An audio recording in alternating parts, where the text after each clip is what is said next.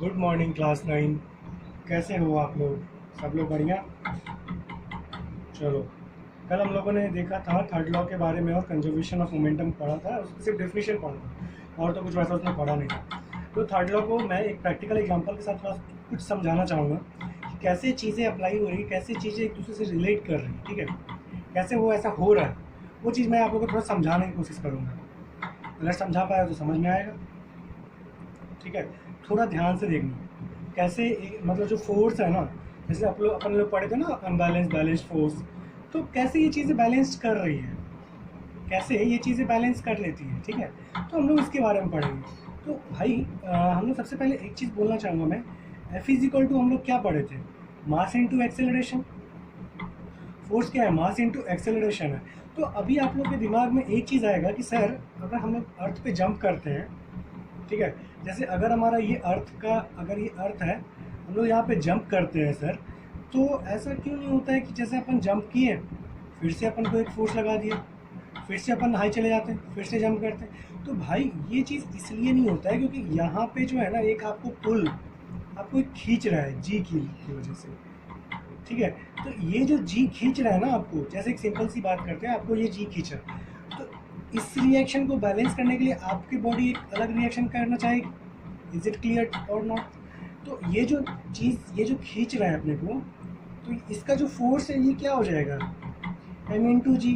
तो एक चीज़ बताओ, तो ये तो हमारा अर्थ के लिए, तो आपका जो बॉडी होगा, बॉडी क्या करेगा? एक अपवर्ड फोर्स लगाएगा, मास ऑफ अर्थ, और ये ए लगाएगा, उस पर एक्सेलरेशन लगाएगा। लेकिन यहाँ पे हम एक्टिवेटिंग मोड में इसलिए नहीं रहते, जैसे हम लोग एक बार बैठ गया ना, तो इसलिए हम दोबारा नहीं जंप कर पाते हैं, क्योंकि समझना ये चीज़, लेकिन वाटर में नहीं होता है। अब कुएं में कूद के देखना जरा, कूदना मत, लेकिन तैरने वैरने आता है तो कूद सकते हो। कुएं में कूद के देखना, आपको एक बार वाटर क्या करेगी? ऊपर फेंकेगी, फिर से नीचे लेगी, फिर ऊपर, तो वो अलग वहाँ पे नहीं। तो यहाँ ग्राउंड सरफेस पे अपन बात करते हैं। तो ये चीज़ जी से अपने को खींची ना, तो ये मास ऑफ द बॉडी है। ये जो बॉडी, ये कौन सा लगा रहा है? ये अर्थ लगा रहा है, बट ये बॉडी लगा रही है। तो यहाँ पे ऐसा इसलिए नहीं हो पाता क्योंकि जो मास ऑफ द अर्थ है ना, वो much much greater then mass of the body. मान लो कि इसका मास बहुत ज़्यादा है, जिसकी वजह से ये जो फोर्स का वैल्यू है ना हमारा, बहुत ज़्यादा होता है as compared to the speed. समझे? बॉडी भी हमारा उतना ही लगाना चाहती है, लेकिन वो कर नहीं पाती क्योंकि ये जो ग्रेविटेशनल पुल है, यहाँ पे इसका फोर्स ज़्यादा हो जाता है, इसलिए हम लोग फिर से आ जाते हैं, ठीक है, अर्थ की तरफ ही आते हैं। हम लोग अर्थ को अपने साथ नहीं खींच पाते हैं। क्यों नहीं खींच पाते हैं? Because of mass of earth is much greater then mass of the body, ठीक है। तो अभी एक चीज़ हम आपको समझाना चाहते थे, यही सारा एक फिनोमेना है, देखने की कोशिश करना और समझने की कोशिश करना। मान लो ये एक हमारा सरफेस है,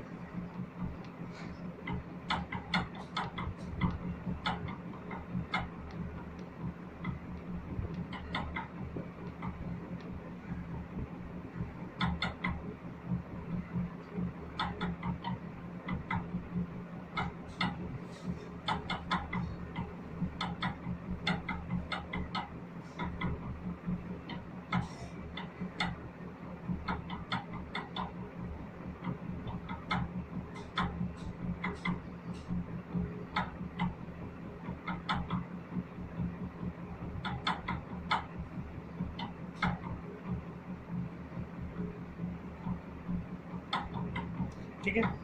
ये मान लो ये जो बंदा है, इसका मास कुछ होगा, ठीक है, और इसका भी कुछ ना कुछ मास होगा। तो उससे पहले ये चीज़ सोचने की कोशिश करना, ये जो बंदा है इस पर कुछ ना कुछ फोर्स लगा रहा है, इस कार पे कुछ ना कुछ फोर्स लगा रहा है, let it be the 10 Newton, ठीक है। अब ये जो कार पे फोर्स लगा रहा है, तो ये कार क्या करेगा? ये आगे की ओर मूव करने की कोशिश करेगा। इज इट क्लियर और नॉट? तो भाई मेरे, ये जब आगे की ओर मूव करने की कोशिश कर रहा है, तो यहाँ पे क्या है? एक फ्रिक्शनल फोर्स है कि ये टायर क्या है? ये ग्राउंड में कनेक्टेड है, तो ये क्या लगा रहा है? फ्रिक्शनल फोर्स,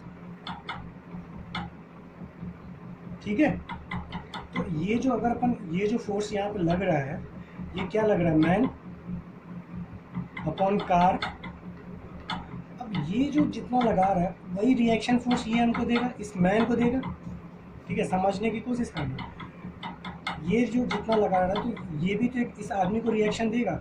ये आदमी क्या करेगा, पीछे जाने की कोशिश करेगा। ये क्या लग रहा है, कार अपॉन मैन। ठीक है, जैसे हम इसको आगे की ओर धक्का दे रहे हैं, ये जो रहा हम इसको आगे की ओर धक्का दे रहे हैं, तो ये हमको पीछे की ओर धक्का देगा कि नहीं देगा। जब आप लोग कार को पुश करने की कोशिश करना, तो आप अगर अपने लेग्स को अगर आप फिक्स नहीं कर रहे हो तो आप देखना आपको पीछे की ओर फोर्स लगता है। आखिर ऐसा क्यों, लेग्स का क्या रोल है। अभी ये जो लेग है ना आपका, ये तो ग्राउंड में, तो अभी आपका ये जो लेग है ये भी तो एक फोर्स लगा रहा है ग्राउंड पे।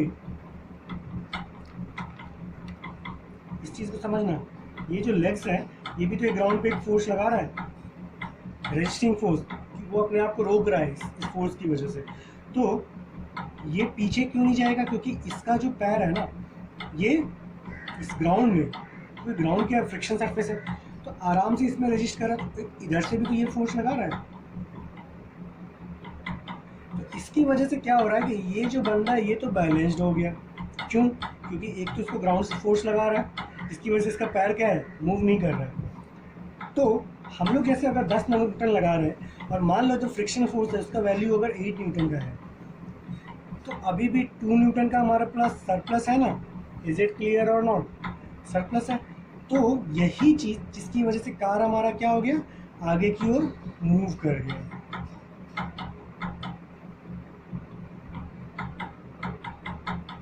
ये जो फ्रिक्शन फोर्स की वैल्यू है 8 है, हम लोग 10 लगाया तो बचा कितना,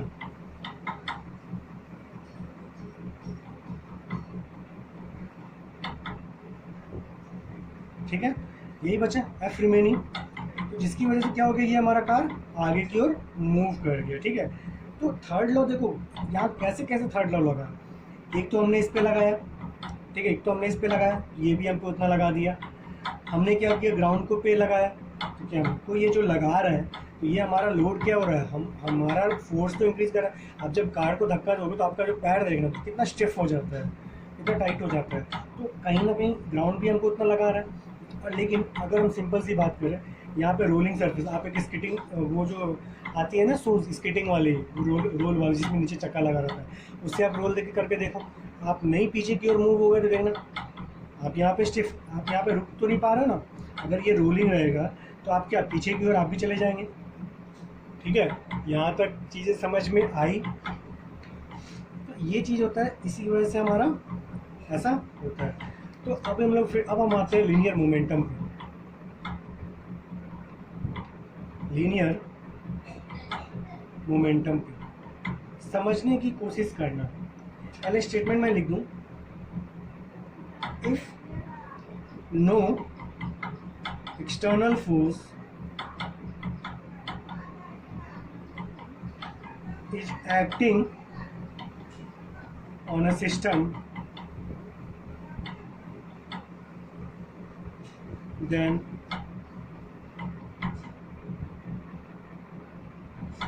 momentum of the system is conserved. हमने बोला इफ नो एक्सटर्नल फोर्स, जैसे कि एक बॉल आ रहा है, ठीक है, एक बॉल आ रहा है, आप उसको कैच ले रहे हैं, तो अभी तो बॉल किसी न किसी फोर्स के साथ आ रहा है। आपने कैच लेते समय हाथ को पीछे किया, ठीक है, तो बॉल हाथ में कैच हो गई। लेकिन बॉल आप जो हाथ में कैच ले रहे हो, तो आपके तरफ से जो फोर्स है वो बॉल के फोर्स को ही बैलेंस कर रहा है ना, आप अपना तो कुछ नहीं फोर्स लगा रहे हैं। तो अभी आपके दिमाग में आएगा सर अगर हम अपना फोर्स नहीं लगा रहे हैं तो हमारा हाथ तो और पीछे जाएगा। नहीं बाबू, ऐसा कभी नहीं होगा, क्योंकि तो मास ऑफ द बॉल क्या है, जो हमारा मास ऑफ द बॉल है वो हमारा क्या है, round about max to max अगर अपन मान लें तो 200 ग्राम और 500 ग्राम। लेकिन जो आपका मास ऑफ द हैंड है is round about 2 kg 4 kg, it depends upon the hand and hand. तो एक चीज़ देखो, तो आपने ये फोर्स नहीं लगाया, तो इसको तो बैलेंस करने का था, इसको तो बैलेंस करने का था ना। तो ये क्या किया, मान लो 200 है तो ग्राम इसको केजी में कन्वर्ट करने के लिए 0.2 इंटू, अगर ये 20 से आ रहा है, ठीक है, 20 मीटर पर सेकेंड से अगर आ रहा है तो ये क्या हो जाएगा, ये हो जाएगा 4 केजी मीटर पर सेकेंड। अभी हाथ आपका कितना है, मान लो ये 2 वाला मान लेते हैं, तो 2, तो इसका वेलोसिटी कितना हो जाएगा, सीधे आप देखो वेलोसिटी में कितना ड्रॉप हो गया, 2 मीटर पर सेकेंड का हो गया भाई, 12 गायब हो गया। आपने कोई एक्सटर्नल नहीं लगाया है। लेकिन अगर यहीं पे आप एक्सटर्नल लगा देते, आप अपना हाथ को एकदम रोक के रखते ना, भाई हम तो पीछे नहीं जाएंगे, हाथ को करेंगे, बॉल कैच होगा क्या, नहीं होगा ना, उसमें एक अलग से फोर्स लग जाएगा जिसकी वजह से वो भागेगा, बॉल जो है भाग जाएगा, समझना, तो कैच नहीं होगा। तो यहाँ पे मोमेंटम क्या हो गया, कंजर्व हो गया। उधर से जो मोमेंटम के साथ आया वो अपने हाथ में उसको कंजर्व कर दिया, नया मोमेंटम नहीं बना। जब तक आप एक्सटर्नल नहीं लगाओगे, कुछ नया मोमेंटम जो बोलोगे ना भागने वाला एक्स्ट्रा, वो नहीं आएगा, ठीक है। जैसे कि गन की बात करते हैं अपन, इसी में एक कॉमन सा फेनोमेना है, रिकॉइलिंग ऑफ गन।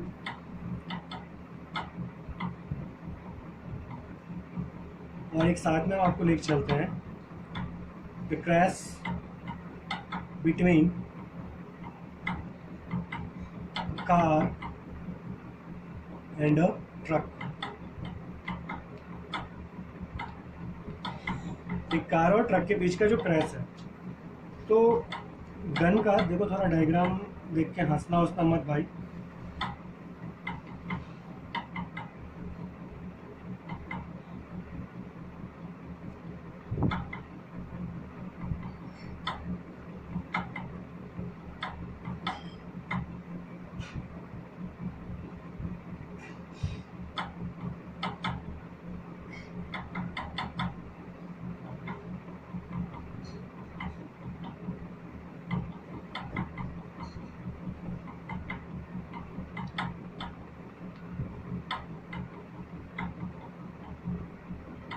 देखो जहाँ तक बात है, तो आज हमारा ये कंप्लीट हो जाएगा, तो कल से हम लोग न्यूमेरिकल करेंगे एंड कुछ दिनों के बाद ये चैप्टर भी हमारा कंप्लीट हो जाएगा। इसके बाद हम लोग ग्रेविटेशन पढ़ेंगे, फ्लोटेशन तो आप लोगों को पढ़ना नहीं है,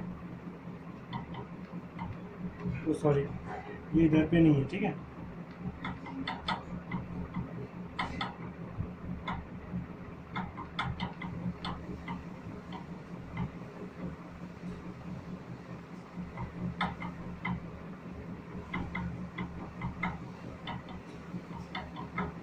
तो इसका मास हम लोग क्या ले लें, गन का जो मास है mg, और अभी तो इसका वेलोसिटी हम लोग क्या बोलेंगे गन का, u इज इक्वल टू तो 0 ही है ना, तो मतलब 0। इसका भी क्या हो जाएगा, मास ऑफ द बुलेट, इसका भी तो u 0 है। तो अगर आप इस वाले में देखोगे तो सम ऑफ द मोमेंटम की अगर आप बात करते हो तो 0 प्लस 0 ही होगा, क्योंकि mg इंटू 0 0, तो ये तो 0 आ गया, क्योंकि ये तो भाई साहब रेस्ट में है, ठीक है, ये तो भाई साहब रेस्ट में। बट ये वाले केस की अपन बात करते हैं, तो ये वाले केस में क्या हो गया, इसके पास कुछ ना कुछ तो वेलोसिटी आ गया, मतलब v2 आ गया, और इसके पास कुछ कुछ वेलोसिटी आ गया, मतलब v1। लेकिन मास ऑफ द गन और मास ऑफ द बुलेट तो अभी भी सेम है ना भाई, सेम है। तो अभी एक चीज़ देखो, हम लोग जैसे दबाया तो आप देखना एक पीछे में एक ऐसे बना रहता है, तो वो क्या करता है, वो जाकर उस पर स्ट्राइक करता है। तो ये जो यहाँ गन पाउडर होता है ना, ये जो देख रहे हो यहाँ एक गन पाउडर होता है, जैसे इसमें लगता है ना, तो एक फायर जनरेट करता है, ठीक है, एक फायर जनरेट करता है, जिसकी वजह से ये बहुत तेज़ी से आगे निकल जाता है, ठीक है, जिसकी वजह से ये बहुत तेज़ी से क्या होता है, ये आगे निकल जाता है। तो चीज़ यहाँ पे आके हो गया, तो आपका देखना जो गन होता है ना, थोड़ा सा बैकवर्ड फोर्स लगाता है, थोड़ा सा बैकवर्ड फोर्स लगाता है।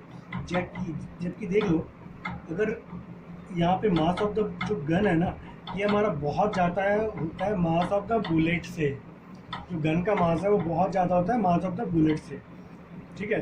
तो ये वाला आप लोग करोगे, ये अभी मैं करवा रहा हूँ, ये आप लोग करके दिखाओगे, ठीक है, कैसे करना है। एक्सपेरिमेंटल वैल्यू ले लोगे यहाँ पे,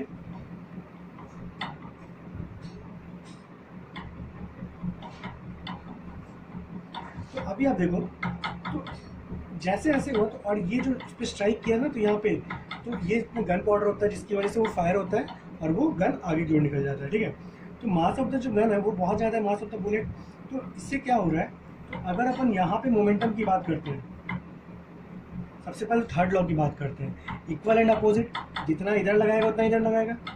तो ये चीज़ देखना भाई, एक चीज़ देखो, सबसे पहले बात, अगर ये अपना अगर पॉइंट है ना, तो इधर जो फोर्स लग रहा है उसको ले लो पॉजिटिव, और इधर जो लग रहा है उसको ले लो नेगेटिव, तो एक ही टर्म होगी। तो ये minus M G into V one is equal to mass of the bullet into V two, ठीक है।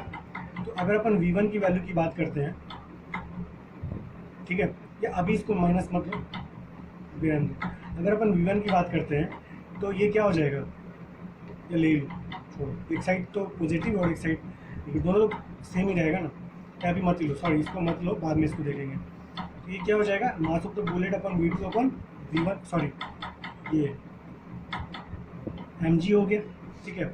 तो अभी अपन अगर सम ऑफ द मोमेंटम की बात करेंगे, हमने क्या बोला कि मोमेंटम उसका कुछ भी एक्स्ट्रा नहीं, जो भी हमारा होगा मोमेंटम पहले और बाद का मोमेंटम बराबर होगा, आइदर कि एक्सटर्नल फोर्स नहीं लगा रहे, गन में तो इंटरनल फोर्स है ना, और इंटरनल फोर्स तो है, लेकिन मास कैसे उसका डबल हो रहा है ये तुम देखना। तो ये देखो, अब अपन देखो, हम लोग बात करेंगे ये इधर डायरेक्शन में, ये इधर डायरेक्शन में है, एक को हम लोग क्या ले लेंगे, minus M G into V one, और दूसरे क्या है हमारा M B into V two, यहाँ डाल दो इसका value, M B V two upon M G plus M B V two, ये से ये कट गया, minus M B into V two, M B V two, ये क्या हो जाएगा, ये भी जीरो, मतलब पहले भी जीरो था अभी भी जीरो हो गया मोमेंटम, कुछ चेंज आया नहीं आया, ठीक है। तो ये चीज़ें होती कैसी है, देखो एक्चुअली ये हमारा ये जो चीज़ है इसको आप समझने की कोशिश करना, आपके दिमाग में आएगा कि सर बुलेट का वेट और अगर अपन गन की वेट में बात करें तो ज़्यादा डिफरेंसेस नहीं है, लेकिन गन के साथ क्या हो रहा है भाई, गन को आपने पकड़ा तो आपका जो हाथ का मास है वो भी तो उसमें लग रहा है ना। आप कभी भी देखना जो हैवी गन्स होते हैं ना, या फिर आप जो क्या बोलते हैं लॉन्चर होते हैं, मिसाइल लॉन्चर होते हैं, उसमें देखना जब वो लॉन्च करते हैं ना, जब आप एक वीडियो चला लेना, किसका बोलूँ मैं यार, मैं नाम भूल रहा हूँ, मैं तो उसको अपने आंखों से देखा हूँ बनते हुए भी, मेरी जो ट्रेनिंग थी 506 में जबलपुर, तब मैं देखा था, बोफोर्स की बात मैं कर रहा हूँ, ठीक है, बोफोर्स की बात कर रहा हूँ। जब आप उसका लॉन्चिंग देखना है, जब उसमें से छूटता है तो वो क्या करता है, वो शिफ्ट करता है पीछे की ओर, तो उसमें क्या करता है, जैसे देखो जब ये बोफोर्स होता है ना, तो यहाँ पे इसके ऐसे ऐसे ऐसे करके यहाँ पे ना इसको जाम किया जाता है, सीमेंटेड बालू या बालू से इसको जाम किया जाता है, जो बैकवर्ड फोर्स लगाता है इसको बैलेंस करने के लिए, तो वहाँ पे भी देखना, तो सबको जाम क्यों किया जा रहा है, और सबको अर्थ के साथ कनेक्टेड इसलिए किया जाता है कि जो अर्थ के मास के साथ हम उसको एक मास के इक्विवेलेंट करते हैं। गन में भी हम देखना झटका आते हैं हमारे हाथों में, जो गन चलाते हैं ना उसको उनको ट्रेन किया जाता है, वो ऐसे ही नहीं चला लेते, अगर आप चलाने की कोशिश करो आपको झटका आएगा, आपके हाथ से गन छूट जाएगी, ठीक है। गन्स ऑफ वसेपुर देखे हो ना, कट्टा, तो वो वाला सिस्टम होता है, ठीक है। तो इसीलिए मास ऑफ द जो गन होता है ना, तो ये और यही होता है रिक्वाइलिंग वेलोसिटी, रिक्वाइल कैसे कर रहे हैं, ठीक है। तो आज के लिए इतना ही, कल हम लोग फिर, अभी मेरे हिसाब से समझ में आ गया होगा, जिन भी बच्चों को नहीं आया होगा आप मेरे को बताएंगे, तो फिर मैं कल इस पर और डिटेल बताऊंगा, ठीक है। और आपका होमवर्क है clash between the car and truck, इसमें एक्सपेरिमेंटल वैल्यू लेना है और बताना है कैसे हो रहा है चीज़ें, ठीक है। चलो good bye and take care.